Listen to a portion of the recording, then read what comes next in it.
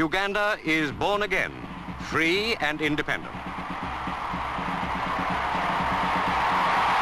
Kayunga Amoti, a veteran politician, says before there were many ethnic compositions of people, and these existed in the areas of Buganda, Toro, Ankole, Acholi, Lango, among others. He explains that all the different ethnic compositions had their own ways of relating before the white man came to forcefully put them under the colonial government.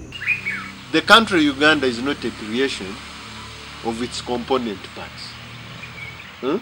Before there was Uganda, there was Uganda, there was Toro, there was Ankole, there was Acholi, there was Lango, isn't it? Now, this place was brought together by force.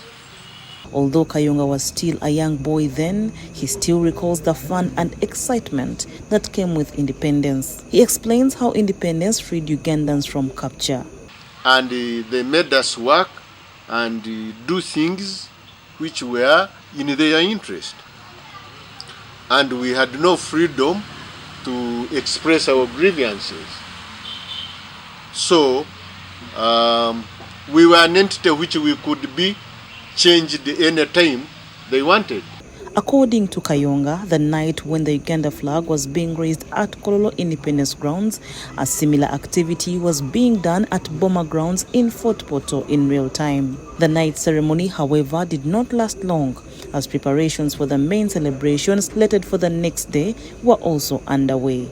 There was a big communication on radio about what was going on at Kololo.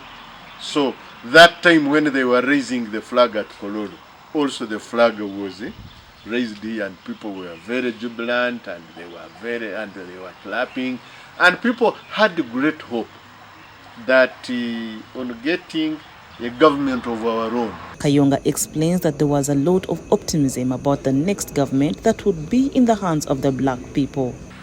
The hope was that we were going to govern ourselves. That means that the government coming into place was going to be our government, and we expected our government to do better than the government of the foreigners.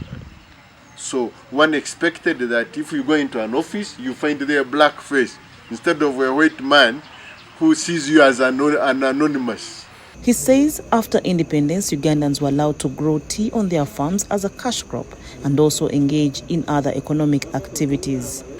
Africans started, for instance, tea growing. They were allowed to grow tea, while before they were not allowed to grow tea.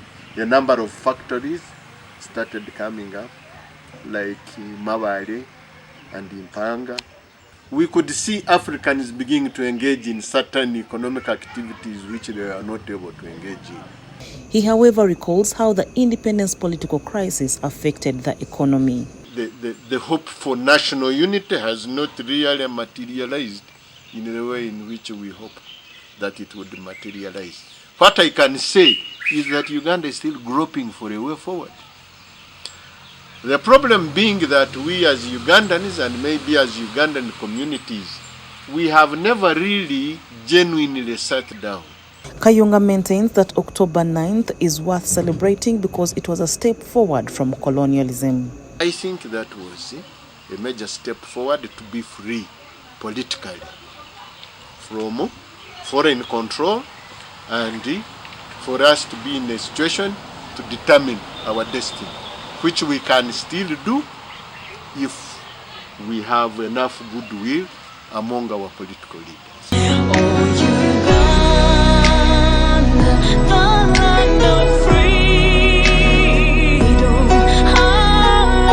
Report by Roger Sunday for the news.